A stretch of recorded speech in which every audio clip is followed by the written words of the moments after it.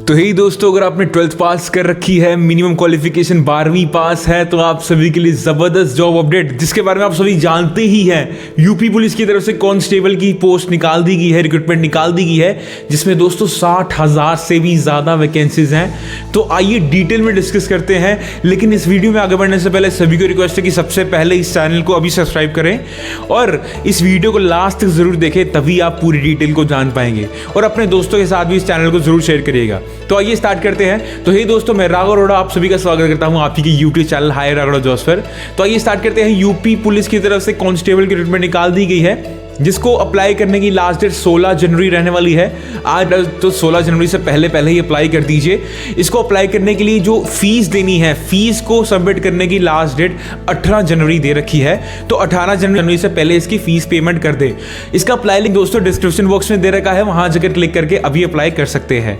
तो आइए डिटेल में बात करते हैं इस जॉब के बारे में। दोस्तों यूपी पुलिस की तरफ से कांस्टेबल की ये जो पोस्टर निकाली गई है, इसमें जो टोटल नंबर ऑफ वैकेंसीज है उसकी बात कर लेते हैं।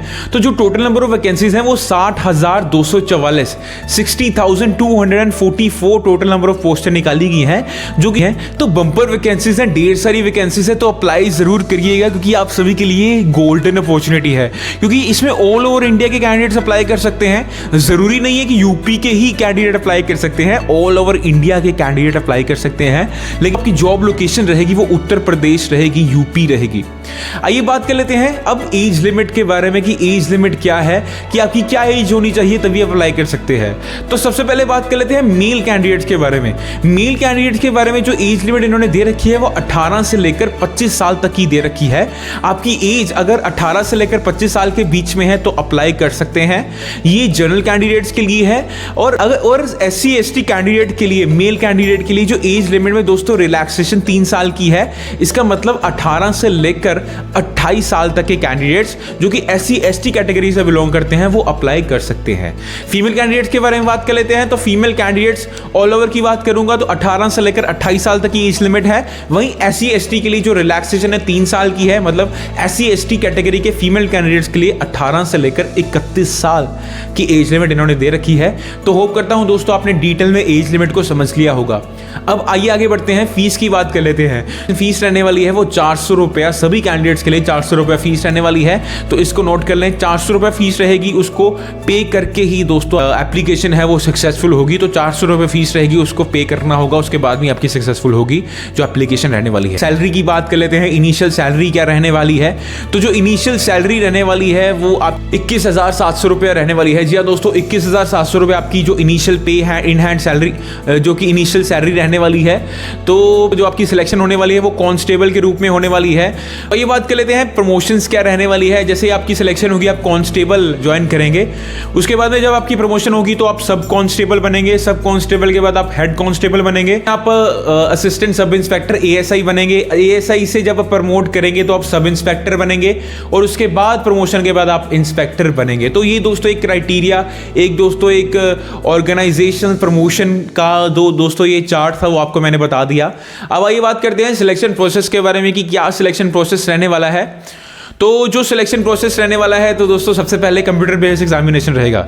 ये दोस्तों कंप्यूटर बेस्ड एग्जामिनेशन जो कि 300 मार्क्स का रहेगा, जिसमें आपको 240 से ज़्यादा आपको मार्क्स लाने होंगे, तभी आपका जो क्राइटेरिया फुलफिल हो पाएगा सिलेक्शन का। आपको मिनिमम 240 मार्क्स तो लाने ही होंगे 300 नंबर के इस पेपर में। ये जो पेपर रहने वाला है दोस्तों, ये जो पेपर रहने वाला है ये 2 घंटे का पेपर रहेगा, और इसमें नेगेटिव मार्किंग भी रहने वाली है जो कि 1/4 रहेगी। ओके, 1/4 नेगेटिव मार्किंग रहेगी, मतलब 0.25 मार्क काट दिया जाएगा अगर आप कोई भी सवाल गलत करते हैं। ये जो रिटन एग्जामिनेशन है, इसको क्लियर करने के बाद आपका दोस्तों डॉक्यूमेंट वेरिफिकेशन होगा। तो जब आप डॉक्यूमेंट वेरिफिकेशन हो जाती है, उसके बाद में आपका फिजिकल मेजरमेंट टेस्ट रहने वाला है, जिसमें आपकी फिजिकल दोस्तों टेस्ट की जाएगी, आपकी मेजरमेंट की जाएगी। उसमें क्या क्या टेस्ट रहेंगे तो आइए आपके बारे में बता देता हूँ। मेल्स कैंडिडेट की सबसे पहले बात करेंगे। तो मेल कैंडिडेट के लिए जनरल, OBC और EWS कैंडिडेट के लिए पहले बात करेंगे। तो हाइट मिनिमम जो दे रखी है वो 168 सेंटीमीटर दे रखी है, और जो SC ST कैंडिडेट्स हैं उनके मेल कैंडिडेट्स के लिए जो हाइट मिनिमम दे रखी है वो 160 सेंटीमीटर दे रखी है। साथ ही साथ में दोस्तों चेस्ट के बारे में भी कुछ लिखा है कि जो जनरल OBC और EWS कैंडिडेट्स के लिए जो चेस्ट के बारे में बताया है कि वो 79 सेंटीमीटर वाइड होनी चाहिए। एक्सपेंशन में 5 सेंटीमीटर का दोस्तों उन्होंने दे रखा है। और SC ST candidates male candidates के लिए जो चेस्ट की विड्थ बताई गई है वो 77 सेंटीमीटर दे रखी है और एक्सपैंड करके दोस्तों 5 सेंटीमीटर का इन्होंने दे रखा है, तो ये नोट कर लीजिए। अब फीमेल कैंडिडेट्स की बात कर लेते हैं, उनके लिए PMT किस बेसिस पे रहेगा। फीमेल कैंडिडेट्स के लिए दोस्तों जो हाइट दे रखी है मिनिमम हाइट वो जनरल OBC और EWS कैंडिडेट्स के लिए दोस्तों 152 सेंटीमीटर दे रखी है और मिनिमम वेट जो दे रखा है वो 40 kg दे रखा है। अब SC ST फीमेल कैंडिडेट्स के बारे में बात कर लेते हैं, तो मिनिमम हाइट 147 सेंटीमीटर दे रखी है और मिनिमम वेट 40 kg दे रखा है। फिजिकल मेजरमेंट टेस्ट को क्लियर कर देते हैं, इसके बाद में आपका फिजिकल एफिशिएंसी टेस्ट रहेगा, जिसमें दोस्तों मेल कैंडिडेट्स के लिए आपको रनिंग करनी होगी, मेल कैंडिडेट्स को रनिंग करनी होगी, जिसमें 4.8 किलोमीटर रनिंग करनी होगी। टाइम लिमिट भी दे रखी है 25 मिनट, 25 मिनट में 4.8 किलोमीटर रनिंग करनी होगी।